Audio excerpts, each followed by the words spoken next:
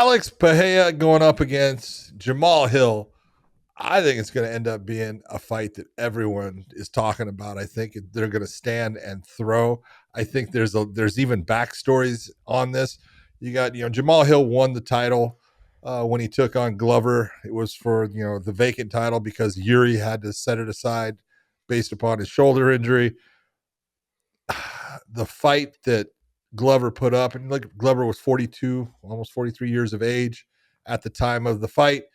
Jamahal Hill, a lot faster than him, landed a ton of shots. Glover took them all. It was amazing what the output by Jamahal Hill was, what Glover was able to withstand in that fight.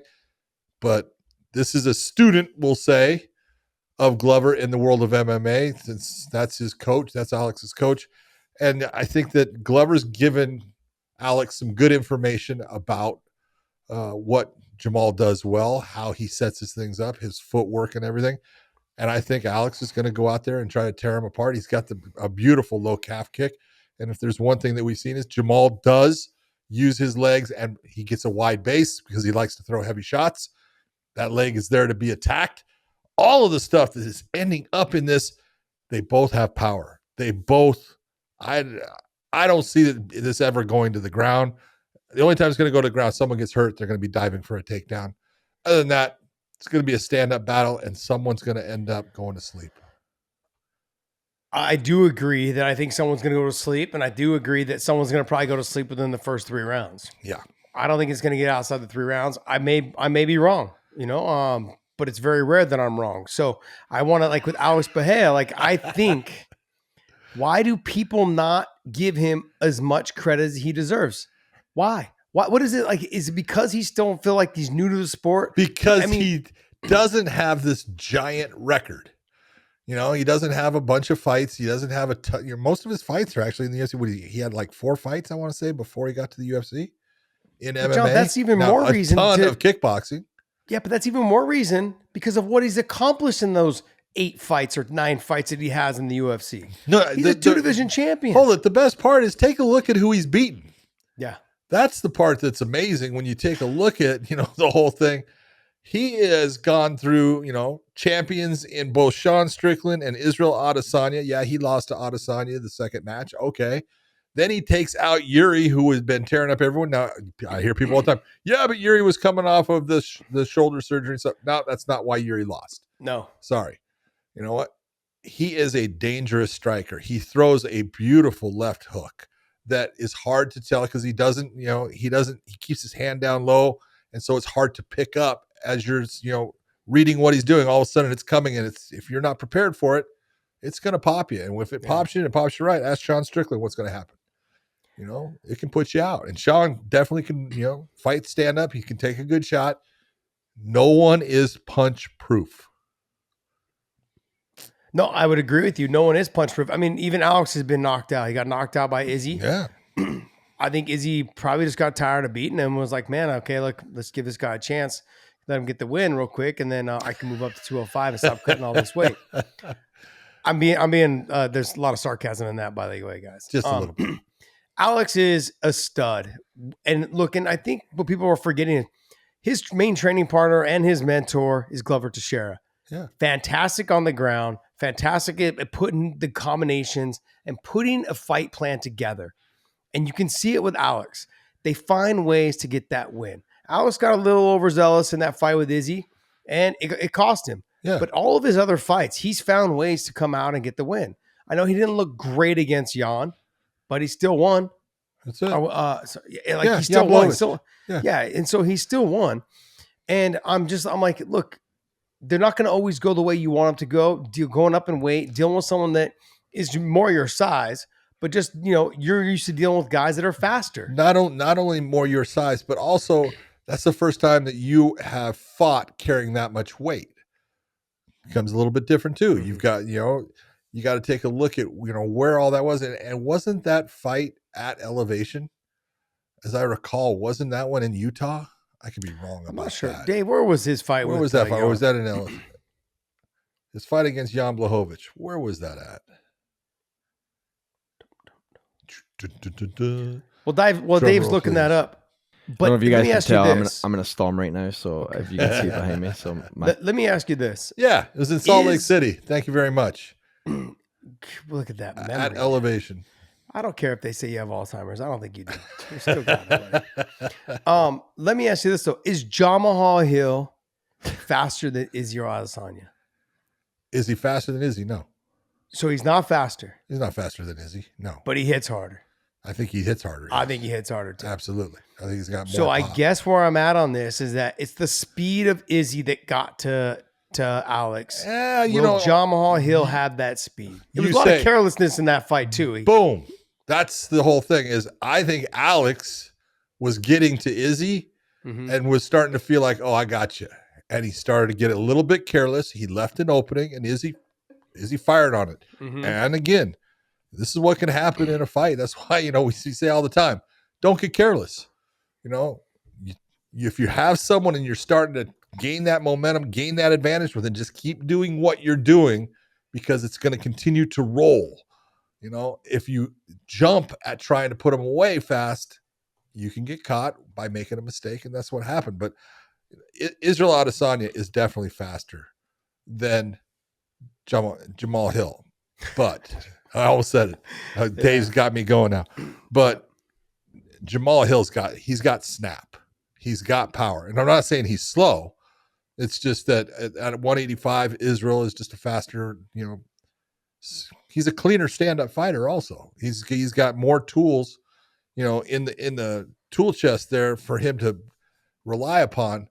But Jamal's got the one thing that everyone wants. He's got power. And that doesn't go away. That sticks with you. So he's always got the ability to change the fight with one shot. Do we think? I think that Jamahal Hill is going to try to utilize some wrestling, even just to threaten it for a split second. That's okay. Smart. I agree. It's okay. I actually think it's a very smart idea So do I. if he does do it.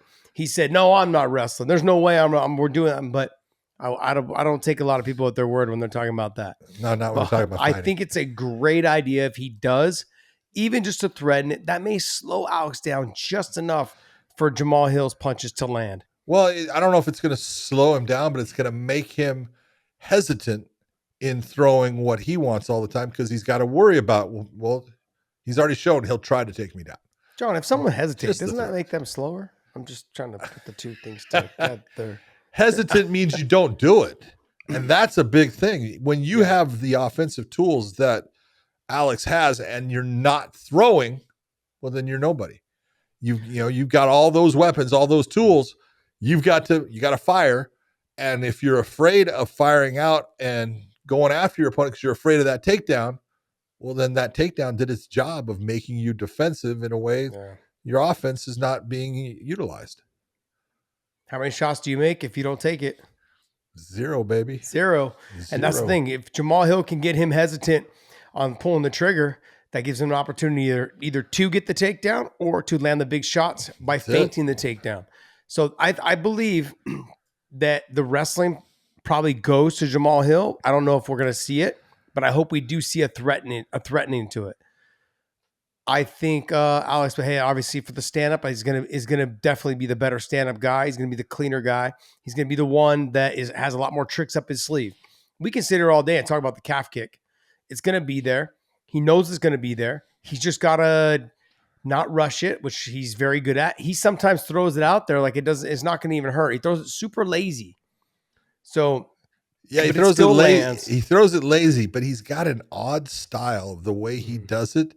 It carries weight behind it, which hurts on impact. Look at DC. You saw, go ahead and kick me, right? 25%. Okay, 50%. Oh, that's enough, right? And you look and you go, hey, some people can just kick. You know that you've been kicked by people. I've been kicked by people. Maurice Smith kicked me one time. I said, "You kick me again, I'm fucking taking you to the ground." All we were doing is kickboxing, right? And Boss Rutan, the snap that he had when he would decide to really kick, it's like, God damn. And there was no calf kick back then. It was all to the thigh, and it's like just certain people have a thudding, heavy kick that's hard to describe until you have felt it. And Alex has got that. So for the Alex Pereira and Jamahal Hill, what does it set him up to do next? I mean, look, if Alex knocks him out. Well, it all depends on who wins. No, but I'm saying if Alex knocks him out, does he go to heavyweight now to try to be the first 3 division champion? No, don't do that. John, there's no one left for him to fight. He's already beat everybody. He's already beat everyone. He's already beat everybody. Come on. I'm just jumping on this. Like, let's keep getting these guys the next title shot right away. I'm jumping on that bandwagon now. Yeah, it's horrible. It's I'm a on horrible the Alex Pereira That bandwagon. bandwagon's got a flat tire. No, I'm on the Alex Pereira bandwagon. He's done it all. I mean, he's knocked out Izzy. He's beaten Izzy 4 times. I mean, or 3 times, whatever it was. Okay, I've lost count. Can't count kickboxing. And then, but he still beat him that many times. Then we move on to the 205s. If he knocks out Jamahal Hill and he's already beat Yuri, he's already, like, I know if Rakic beats him, like, there's so many ways we can go on this. But John, let's see. I thought if it was going to be a 3 division champion, it would always be the 25, 35, 45 or the 45, or the 35, 45, 55, the lighter weights, maybe 45, 55, 70, maybe. Yeah. I never in a million years thought it would be this. Never. No, not 185 to heavyweight. No, I never thought. And to see that this could be probably the chance because he's such a big guy for the weight. And I'm a huge fan. And I almost feel like he trained with me at one time because I'm so biased right now. I almost feel like he's trained with me sometime. That's it. You're such a homer for him, man. Well, I'm a big Glover fan, man. I love Glover, and I think anyone that's friends with Glover, and because I met Glover through Chuck, and Chuck and I were really good friends, and Alex has got to be a good guy if he's friends with Glover.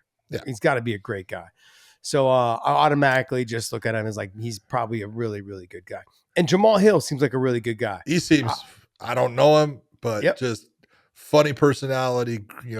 Yes, he just doesn't take himself too serious at times. But when he is serious, he'll tell you exactly what he thinks, and I love that. I love that. People get salty about it on social media. I'm like, yeah, Jamahal, fuck, you tell him where to go, man. You tell him, let him know.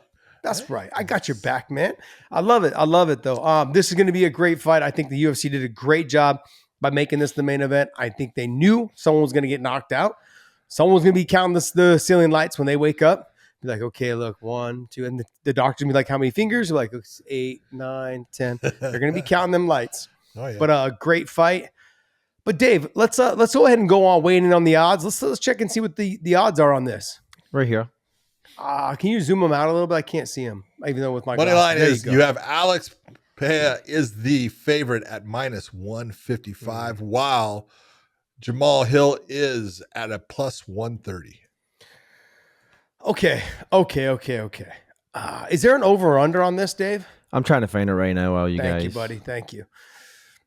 Because if I'm going to go on the that's all the they over have under, right now I'm going to check and see what the over under is on this. But I would probably, I mean, the odds are going to be at -155.